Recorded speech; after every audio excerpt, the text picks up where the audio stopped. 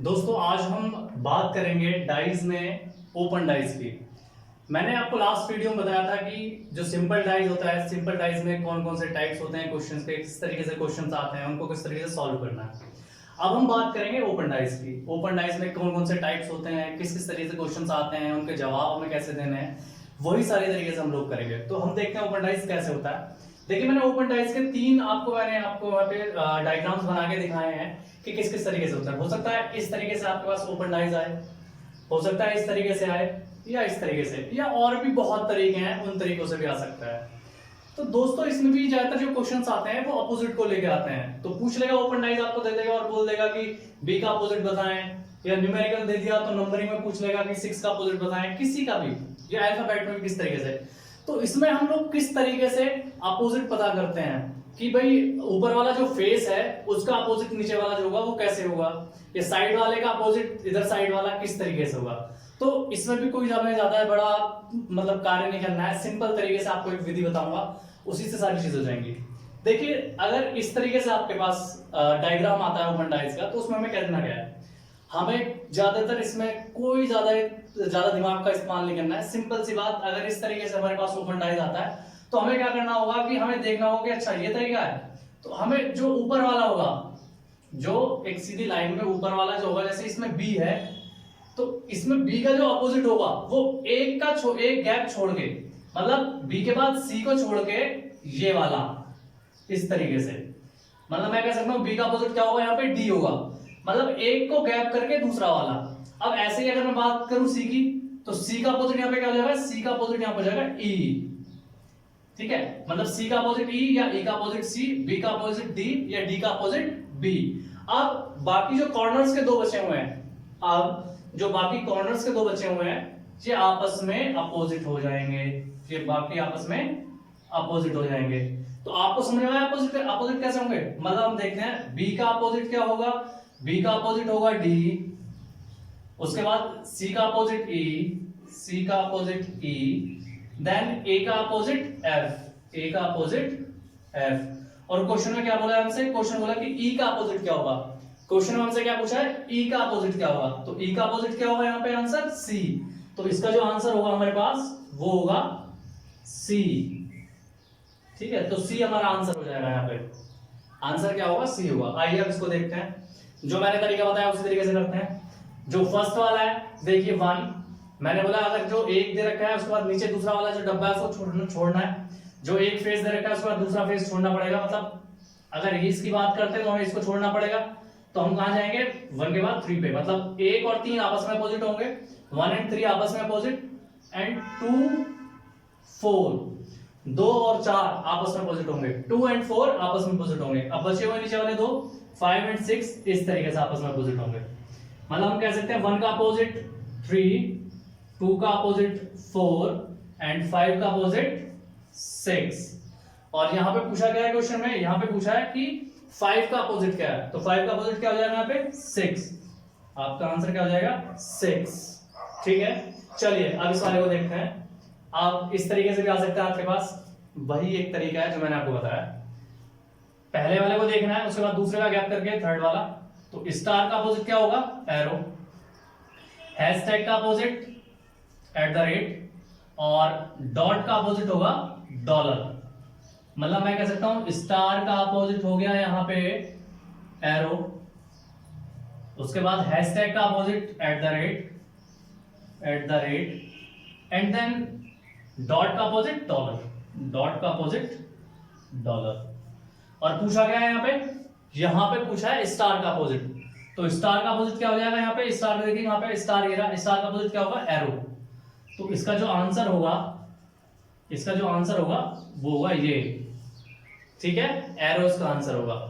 ये तो type first की बात करी हम लोगों ने कि टाइप फर्स्ट में इस तरीके से होगा, बड़ा सिंपल है, बड़े आसानी से आप आंसर दे सकते हैं, कोई घबराने वाली बात नहीं है। आप ऐसा नहीं है कि आप डाइस उठाएंगे, उसको जोड़ेंगे तो मोड़ेंगे, इस तरीके से कुछ नहीं करना, बस सिंपल तरीके से ऐसे याद रखना है आपको किस तरीके से इसका अपोजिट्स निकालना है। आप इसी तरीके से इसको फोल्ड भी कर सकते हैं। तो चलिए अब हम टाइप 2 की बात करते हैं, टाइप 2 की। देखिए टाइप 2 में क्या होगा कि इस तरीके से एक ओपन डाइस होगा और ऑप्शंस में आपके 4 डाइस, क्लोज डाइस आपको इस तरीके से दिए होंगे। अब इसमें इसने क्या क्वेश्चन बोला है, सबसे पहली बात हम क्वेश्चन पढ़ते हैं study the figure and identify the correct dice formed by the figure. मतलब इसने बोला है कि इस डाइज के अकॉर्डिंग जो डाइज परफेक्ट बनेगा क्लोज, वो आपको आइडेंटिफाई करना है। आपको याद होगा कि मैंने आपको फर्स्ट वीडियो में बताया था कि अपोजिट्स कभी साथ में नहीं होते। अपोजिट्स मैंने बताया था ना कैसे होते हैं, एक जो ऊपर वाले फेस पे है और एक नीचे वाले फेस पे है, ये कभी साथ में नहीं आ सकते। उसी तरीके से हमें इसमें आइडेंटिफाई करना है। सबसे पहले हम जो ओपन डाइज है उसमें अपोजिट्स का पता करते हैं, जो मैंने अभी आपको बताया था। देखिए इसमें अपोजिट्स कैसे होंगे, बी का अपोजिट क्या होगा, डी। मैंने आपको बताया था कि एक गैप करना है बीच वाला फेस, आपका अपोजिट आ जाएगा। अब ए का अपोजिट क्या होगा यहाँ पे, एफ। बी डी आपस में अपोजिट, ए एफ आपस में अपोजिट, और ई एंड सी, ई एंड सी आपस में अपोजिट हो जाएंगे। चलिए बनाते हैं, बी एंड डी अपोजिट, उसके बाद A and F opposite, A and F opposite, and last one is E and C, E and C, E and C opposite हो जाएंगे। अब हमारे पास अपोजिट्स आ गए, तो ठीक है मैच कर लेते हैं हम लोग। मैंने बताया आपको अपोजिट्स कभी साथ में नहीं होंगे, मतलब ये दोनों या ये दोनों या ये दोनों कभी इन क्लोज डाइज में अपोजिट में साथ में मिल गए तो ये गलत आंसर होगा। जहां पे साथ में नहीं होंगे, जहां पे साथ में नहीं होंगे वही आपका करेक्ट आंसर होगा। चलिए देखते हैं कैसे। पहला देख लेते हैं, सी सी, एफ एफ, ए और एफ, ए और एफ, ये दोनों अपोजिट है। अब दोनों अपोजिट है तो साथ में कैसे आ गए, खत्म हो जाएगा, ये गलत है। अपोजिट तो कभी साथ में आ ही नहीं सकते। चलिए ऑप्शन सेकंड देखते हैं हम लोग, ए सी सी, ई, सी एंड ई, सी एंड ई दोनों अपोजिट है लेकिन दोनों साथ में आ रखे हैं, ऐसा तो हो ही नहीं सकता, इसलिए ये भी रॉन्ग है आपका आंसर, ये भी गलत होगा। चलिए थर्ड पे जाते हैं, थर्ड देखते हैं, B F D, B and D, B और डी दोनों अपोजिट है और दोनों साथ में आ रखे हैं यहाँ पे, तो आंसर आपका ये भी, ऑप्शन आपका ये भी गलत हो जाएगा। चलिए लास्ट ऑप्शन देख लेते हैं हम लोग। ऑप्शन लास्ट है आपका ए डी, उसके बाद D and last one is C. देखिए क्या कोई सा भी साथ में है यहाँ पे अपोजिट किसी के, क्या ए का अपोजिट यहाँ साथ में है, एफ नहीं है, सी का अपोजिट ई है या नहीं है, डी का अपोजिट है यहाँ पे भी नहीं है, तो इसका मतलब यही आपका करेक्ट आंसर होगा, यही आपका क्या हो जाएगा, आंसर हो जाएगा। आया समझ में? ठीक है, चलिए अब हम टाइप 3 करते हैं। दोस्तों अब हम बात करेंगे टाइप 3 की। टाइप 3 ओपन डाइस का क्वेश्चन है और इसमें जो ओपन डाइस की स्थिति है कुछ इस प्रकार से है और इसमें 4 ओपन डाइस के ऑप्शंस दिए हुए हैं और उसके बाद ऑप्शंस के तौर पे बताना है कि कौन कौन से डाइस इसको फोल्ड करने के बाद, जो ओपन डाइस है अगर इसको हम फोल्ड कर देंगे, बंद कर देंगे, तो कौन कौन सी आकृति बनेगी वो हमें फाइंड करना है। तो चलिए देखते हैं, इसमें भी वही ट्रिक का प्रयोग करना है जो मैंने आपको बताया। सबसे पहले अपोजिट्स निकालने हैं हमें। अपोजिट्स निकालने के लिए मैंने आपको बताया था कि जो सीधी लाइन में फेसेस होंगे उन्हीं को हमें देखना है और एक छोड़ने के बाद दूसरा जो होगा वो आपस में अपोजिट हो जाएंगे। जैसे ये 2 सीधी लाइन है इसमें, तो जो फर्स्ट वाला फेस है ये वाला, ये अपोजिट होगा इसका, समझे आप लोग? मतलब इसका अपोजिट होगा ये वाला, जो खाली वाला फेस है, खाली वाले फेस का अपोजिट खाली वाला हो जाएगा। बीच वाले का हमें गैप करना है इसका। चलिए नीचे वाले पे जाते हैं। अब इसका जो अपोजिट होगा वो होगा स्टार। जो खाली फेस है, खाली फेस का जो स्टार होगा अपोजिट होगा वो होगा स्टार। एंड देन जो ये बीच वाले आपस में बचे हैं ये आपस में अपोजिट हो जाएंगे, ये आपस में अपोजिट हो जाएंगे। डॉट और स्क्वायर आपस में अपोजिट हो जाएंगे। चलिए मैं आपको यहाँ पर देता हूँ, खाली डब्बा अपोजिट खाली डब्बा, उसके बाद डॉट अपोजिट स्क्वायर, ठीक है, ये वाला इसमें दिया। देन उसके बाद खाली फेस अपोजिट स्टार, ठीक है, तो यही हमें करना है इसमें। ये हो गया। इसके बाद हमें जो ये वाले डाइस दिए हुए हैं क्लोज डाइस, इसमें हमें मैच करना है इनसे। अब मैच करना कैसे होता है वो मैंने आपको पहले ही बताया था, फिर से हम देख लेते हैं कि जो अपोजिट्स होंगे वो साथ में नहीं होंगे, जो अपोजिट्स होंगे वो साथ में नहीं होंगे। देखते हैं कैसे होता है। चलिए सबसे पहला ये स्क्वायर, स्क्वायर का अपोजिट क्या था? स्क्वायर का अपोजिट था डॉट। ये दोनों साथ में, क्या ये दोनों साथ में हो सकते हैं? अपोजिट्स कभी साथ में हो सकते हैं? बिल्कुल नहीं हो सकते।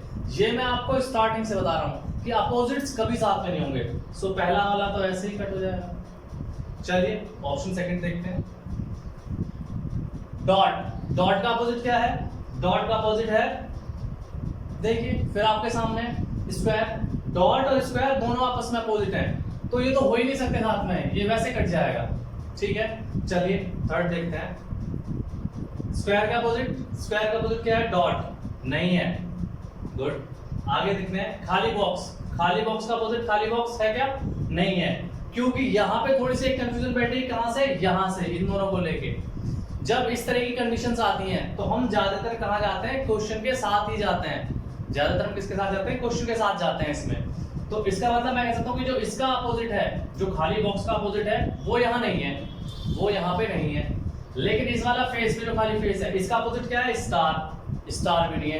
तो ये कहीं ना कहीं सही होगा, ये कहीं ना कहीं सही होगा। चलिए नेक्स्ट वाला देख लेते हैं। खाली बॉक्स, इसका अपोजिट खाली बॉक्स नहीं है। चलिए डॉट, डॉट का अपोजिट स्क्वायर नहीं है, सही बात है।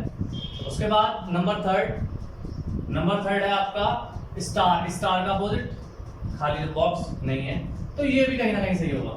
ठीक है, ये दोनों कंडीशन सेटिस्फाई बैठती हैं। जब भी कभी रीजनिंग में ऐसा क्वेश्चन आता है तो आपको इन कंडीशंस में सेटिस्फाई बैठाना होगा है। ठीक है, तो हम कह सकते हैं कि इसमें जो हमारा आंसर आ रहा है थर्ड एंड फोर्थ। कहां पे थर्ड एंड फोर्थ दिया हुआ है? नंबर ऑप्शन फोर्थ में, नंबर ऑप्शन फोर्थ में जो थर्ड वाला है और फोर्थ वाला है, ये दोनों सेटिस्फाई कर रहे हैं, ये दोनों सेटिस्फाई कर रहे हैं। तो इसमें इट मींस कि ये दोनों सही। अब हम नेक्स्ट क्वेश्चन की बात करते हैं। ये क्वेश्चन मेरे खुद के एक स्टूडेंट ने मुझे भेजा है और उसको डाउट था इस क्वेश्चन में। उसने पूछा कि सर बताइए ये क्वेश्चन किस तरीके से सॉल्व होगा। चलिए देखिए, यहाँ पे क्लोज डाइस दिया हुआ है जिसके 3 फेसेस हमें नजर आ रहे हैं, जिसमें ए ई डी नजर आ रखा है। और अब हम पहले क्वेश्चन पढ़ लेते हैं तो हमें समझ में आएगा क्या कहना चाह रहा है क्वेश्चन में। एक पासा, पासे को डाइस कहते हैं, के निकटवर्ती फलकों, फलकों का मतलब होता है फेस, फलकों का मतलब होता है फेस। ठीक है, फेस पर घड़ी की सुई की चाल, घड़ी की सुई की चाल मतलब घड़ी, घड़ी की सुई की चाल किस तरह, घड़ी किस तरीके से चलती है? इस तरीके से, मतलब क्लॉकवाइज।